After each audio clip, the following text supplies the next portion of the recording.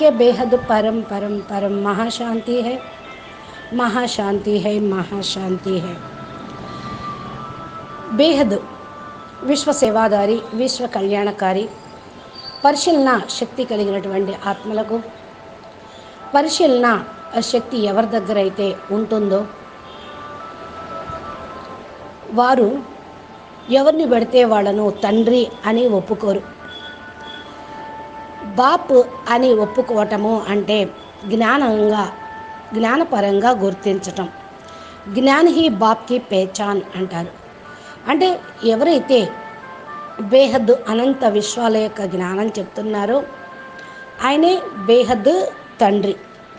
హద్దులో తండ్రులు హద్దులో విద్యను చెప్తూ ఉంటారు, హద్దులో మనుషులు. ఇది నిర్ణయించుకునేది మీ యొక్క పరిశీలన శక్తితోటి. ఇలాంటి పరిశీలన శక్తి కలిగినటువంటి ఆత్మలకు గుర్తు విశ్వ సేవాదారిగా ఉండుటే. విశ్వ సేవాదారి, విశ్వ కళ్యాణకారి, విశ్వ పరివర్తక ఆత్మలకు, బాపుని గుర్తించేటువంటి ఆత్మలకి, బేహద్ దాదాజీని గుర్తించే ఆత్మలకి, జ్ఞానం యొక్క త్రినేత్రాన్ని బాపు ద్వారా తెలుసుకున్నటువంటి ఆత్మలకి, త్రినేత్రం తోటి కొత్త ప్రపంచాన్ని చూసే ఆత్మలకి, ఇలా రియలైజేషన్ చేసుకునేటువంటి ఆత్మలకు ఇప్పుడు అంతిమ కోర్సు, రియలైజేషన్ కోర్సు అంటూ చెప్తూ ఉన్నారు. తమను తాము రియలైజ్ చేసుకోవటం, తమ ఆత్మను రియలైజ్ చేసుకోవటం, ఫరిస్తా స్వరూపాన్ని రియలైజ్ చేసుకోవటం, నిరాకారి, ఆకారి, సాకారి 3 రూపాలను అనుభవం చేసుకోవటాన్నే రియలైజేషన్ కోర్సు అని అంటారు. ఇలా రియలైజేషన్ కోర్సు అంటే అనుభవం చేసుకున్నటువంటి ఆత్మలకి బేహద్దు విశ్వ పరివర్తన చేయగలుగుతూ ఉంటారు. ఇలాంటి ఆత్మలే అసలు ప్రస్తుత సమయం ఎలా ఉంది, ఒకప్పుడు ఆదిలో ఎలా ఉంది అని వాళ్ళకి రియలైజ్ అవుతుంది. బేహద్దులో ఎలా ఉంది, హద్దులో ఎలా ఉంది, ఏ విధంగా అయ్యారు. అప్పుడు వీళ్ళే పరివర్తన చేయగలుగుతారు. దాదాజీతోటి పవర్ తీసుకొని నలువైపులా వాయుమండలాన్ని పరివర్తన చేయగలరు. దాదాజీ లేకుండా పవర్ అనేది రానే రాదు.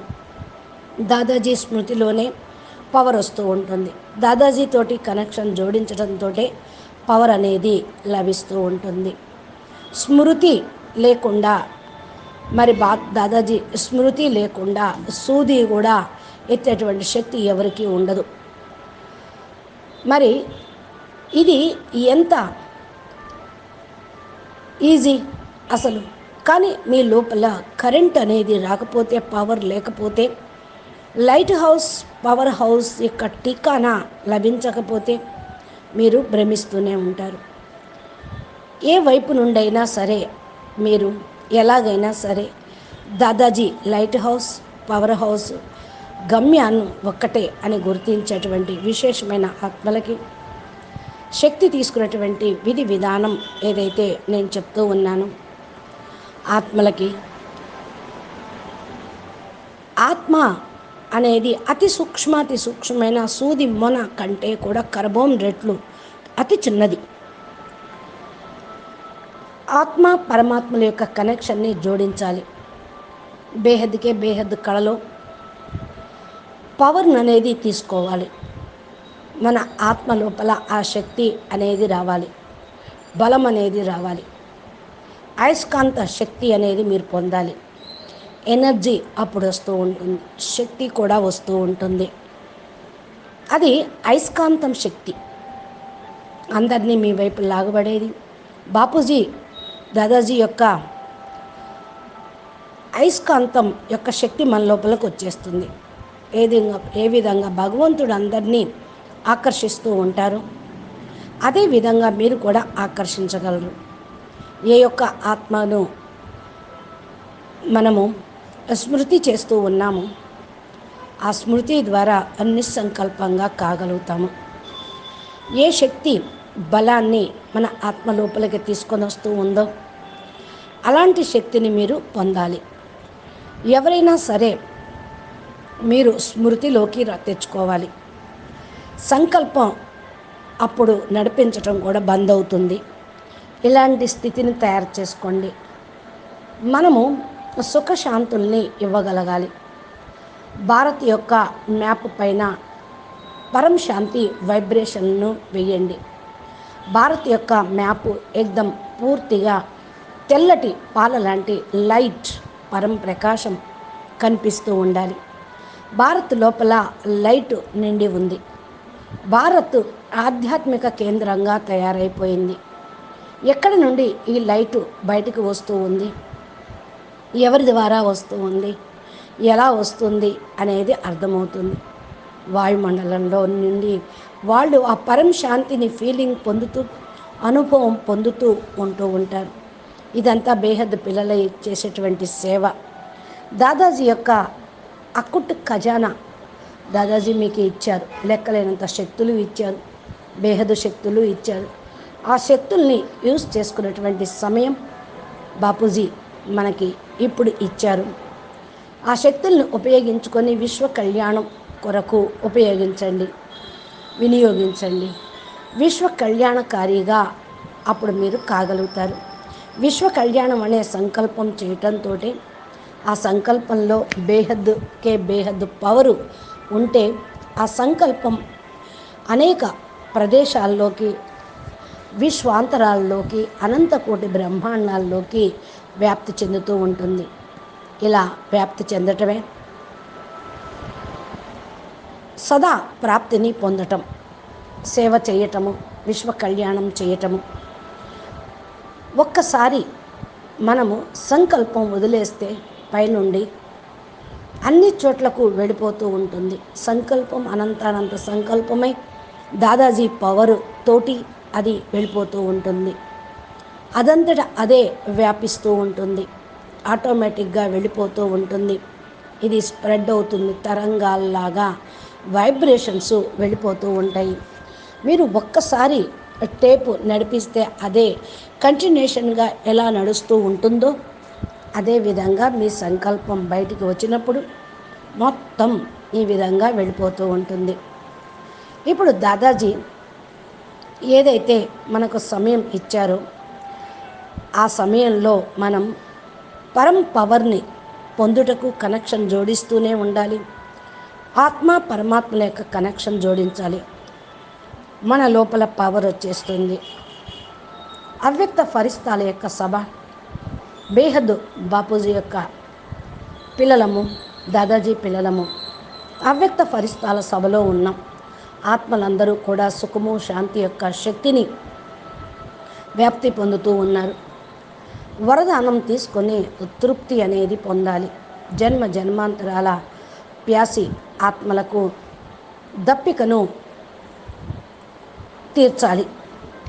సర్వుల యొక్క టికానా జోడించబడాలి. ఆత్మిక తండ్రి ఆత్మిక పిల్లలతోటి, ఆత్మలతోటి ఏం చెప్తూ ఉన్నారు? అందరికీ కూడా గమ్యాన్ని చూపిస్తూ ఉన్నారు. ఎక్కడెక్కడైతే మరి పిల్లలు చెల్లా చెదురయ్యారో వాళ్ళందరికీ మూల స్థానాన్ని గుర్తు చేస్తూ ఉన్నారు. ఎక్కడెక్కడైతే ఆత్మలు వెళ్ళిపోయారో అక్కడ శక్తి అనేది నిండిపోతుంది. ఎంత పురుషార్థం చేస్తూ ఉంటారో అంతగా రోజు జరుగుతూనే ఉంటుంది. ఎంత ముందుకు వెళుతూ ఉంటారో అంతగా మీరు పురుషార్థంలో స్థితిని తయారు చేసుకుంటూ ఉంటారు. ఇక్కడ చుట్టి బాపూజీ విశాలంగా ఫ్రీగా ఇచ్చేశారు, ఓపెన్ చేసి పెట్టారు బండారాన్ని. గమ్యానికి మీరందరూ చేరాలి అని సదా హర్షితంగా, సదా హద్దులో ఆకర్షణలకు అతీతంగా అవ్యక్త ఫరిస్తాగా కనిపించాలి. ఈ ఫరిస్తాల యొక్క సభ నలువైపులా లైట్ యొక్క క్రౌన్ ఎంతైతే ఉంటుందో స్పష్టంగా కనపడుతుంది. లైట్ క్రౌన్, లైట్ యొక్క గోళం, ఇది చాలా చాలా అద్భుతంగా అనిపిస్తూ ఉంది. బేహద్ పిల్లలకు ఏ విధంగా మరి చుట్టుపక్కల వైట్ కలర్లో ఆరా లైట్ గోళం, ప్రకాశం యొక్క గోళం ఏ విధంగా ఉంటుందో దాని లోపల నేను ఫరిస్తా స్వరూపంలో ఉన్నాను అనే సంకల్పం చేస్తూ ఉంటే చాలా చాలా ఆనందం అనేది కలుగుతూ ఉంటుంది. చాలా ప్రాప్తి అనేది లభిస్తూ ఉంటుంది. ఏదైతే నేను చెప్తూ ఉన్నానో దాన్ని మీరు ధ్యాసగా వినండి అంటున్నారు. మా చుట్టుపక్కల పూర్తిగా తెల్లటి కలర్లో ఉన్న పరం లైట్ గోళంలో నేను ఉన్నాను. అవ్యక్త ఫరిస్తా స్వరూపంలో ఉన్నాను.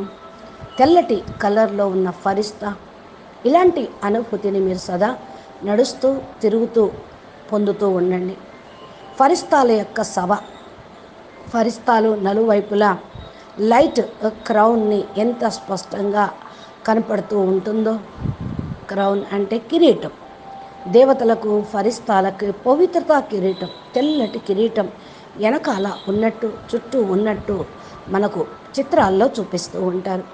అది పరం లైట్ యొక్క కిరీటం, పరం లైట్ యొక్క ఆర వలయం. దాంట్లో మీరున్నారు. లైట్ హౌస్ మైట్ హౌస్గా ప్రతి ఒక్క ఫరిస్తా తయారవుతుంది. మరి ఇది బాపూజీ మనకిచ్చినటువంటి వరదానం. ఎంతవరకు తయారయ్యారు? ఇప్పుడు ఏదైతే సమయం ఉన్నదో లెక్కతోటి త్వరగా మీరు పురుషార్థం చేయాలి. మాటి మాటికి మనసులో ఇదే ఆలోచించాలి. నేను తెల్లటి కలర్లో ఉన్న లైట్ యొక్క గోళాన్ని, నేను బాపు మరియు కంబైన్డ్ స్వరూపంగా ఉన్నాను. బాపు మరియు నేను కంబైన్డ్గా అయిపోయాను. ఇంకంతే.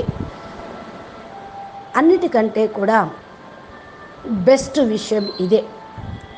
చక్కగా మీ యొక్క ఆరా లోపల మీరు ఉంటూ ఉంటే ఇక యోగం కుదరటం లేదు అనేది ఉండదు.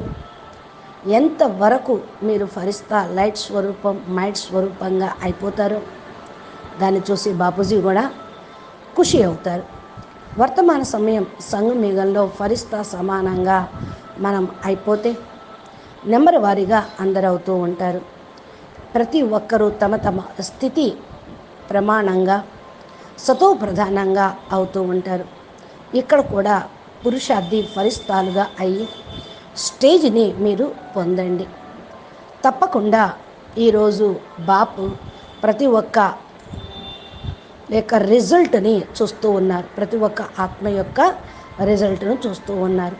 ఎందుకంటే ఈ అంతిమ సమయంలో రియలైజేషన్ కోర్సు నడుస్తూ ఉంది. ఏం నడుస్తుంది? రియలైజేషన్ కోర్సు నడుస్తూ ఉంది. రియలైజేషన్ కోర్సులో ప్రతి ఒక్కరూ తమ ప్రాప్తిని మరి ఎక్కడ వరకు రియలైజ్ అవుతూ ఉన్నారు, తమను తాము ఎంతవరకు రియలైజ్ అవుతూ ఉన్నారు అంటే, నేనెవరు, ఎక్కడి నుంచి వచ్చాను, నేను నిజంగా అదే బేహద్దు ఆత్మని, బేహద్దు కళల పరంధామంలో ఉన్నటువంటి పవర్ తోటి ఉన్న ఆత్మని, లైట్ బాపూజీ యొక్క లైట్ నుండి నేను వచ్చినటువంటి ఆత్మను అని రియలైజ్ చేసుకుంటూ ఉన్నారా? నిరాకారి, ఆకారి మరియు సాకారి ఈ విధంగా అనుభవం చేసుకుంటూ ఉండండి. బాపుతోటి కంబైన్డ్ స్వరూపం అనేది అన్నిటికంటే గొప్ప విషయం. బాపు మీరు ఒకటవటము అంటే ఇది ఎంత? బాపు అంటే ఎవరు? Almighty authority. ఆయనతో మీరు కలిసిపోవటం, మీ లోపల ఆయన కలిసిపోవటం, కంబైన్డ్గా అవ్వటము అంటే ఇది సామాన్యమైన విషయం కాదు కదా. ఈ రిజల్ట్ ఎంతవరకు పొందుతూ ఉన్నారు? ఈ విశేషతలని బాపూజీ చూస్తూ ఉన్నారు. ప్రతి ఒక్కరి యొక్క పొజిషను ఈ యొక్క గమ్యం వరకు చేరుకోవాలి. ఆ పొజిషన్ ఎక్కువగానే ఉంటుంది, కానీ మీ యొక్క పొజిషన్లో ఉంటే ఆ పొజిషన్ ఏమీ చేయదు. మీ పొజిషన్ ఏంటి? బేహద్ కళల పవరు, ఆ బేహద్ ఫరిస్తా స్వరూపం.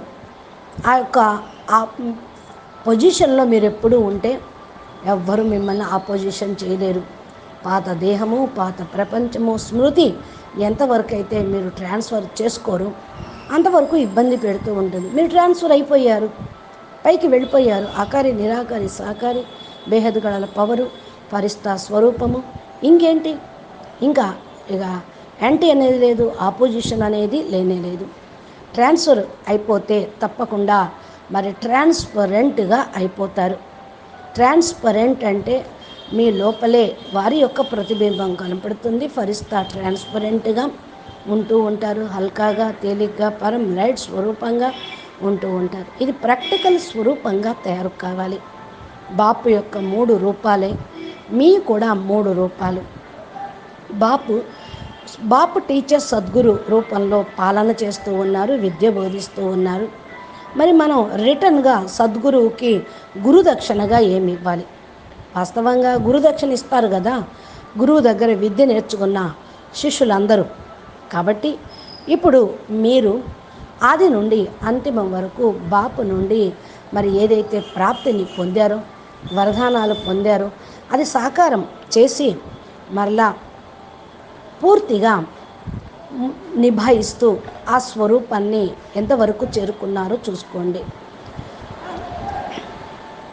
ఎంతగా నియమమనుసారంగా మీరు ఫాలో చేస్తూ ఉంటారో అంతగా లాభం అనేది ఉంటుంది. చెకింగ్ చేసుకోండి. ప్రతి ఒక్కరూ ఎవరిని వారు చెకింగ్ చేసుకోండి. 4 సబ్జెక్ట్లో చెకింగ్ చేసుకోవటం చాలా సహజమే కదా. కాబట్టి ఇప్పుడు మీరు మీ యొక్క మహిమను తెలుసుకోండి, మీ స్థానాన్ని తెలుసుకోండి, రియలైజ్ కావండి. ఏంటి మీ మహిమ, బాపూజీ మహిమ ఏంటి అనేది 4 సబ్జెక్టుల ద్వారా వచ్చేస్తూ ఉంటుంది. చెక్ చేసుకోండి. ఈ మహిమను సదా స్మృతిలో ఉంచుకోండి. 4 విషయాల్లో 4 సబ్జెక్టులో రిజల్ట్ మొత్తం వచ్చేస్తుంది. అలా చెకింగ్ చేసుకోండి. ఈ 4 విషయాలు ఏంటి అంటే, సంపన్నంగా తయారు కండి, సర్వగుణ సంపన్నంగా కండి, గుణ సంపన్నంగా కండి. అనగా ఏ ఏ గుణాలను ధారణ చేశారో, మర్యాదను ఏదైతే ధారణ చేశారో మీరు మర్యాద పురుషోత్తములుగా అవుతారు. సంపూర్ణ అహింసకులుగా కండి.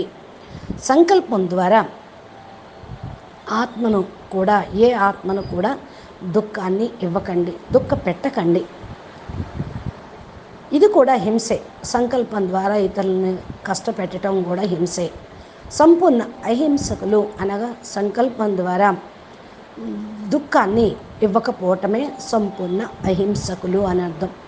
పురుషోత్తములు అనగా ప్రతి సంకల్పము, ప్రతి ఒక్క అడుగు ఉత్తమంగా అనగా శ్రేష్టంగా వేయటం, సాధారణంగా లేకుండా, లౌకికంలో కాకుండా, వ్యర్థత్వం కాకుండా ఎంతవరకు అయ్యారు.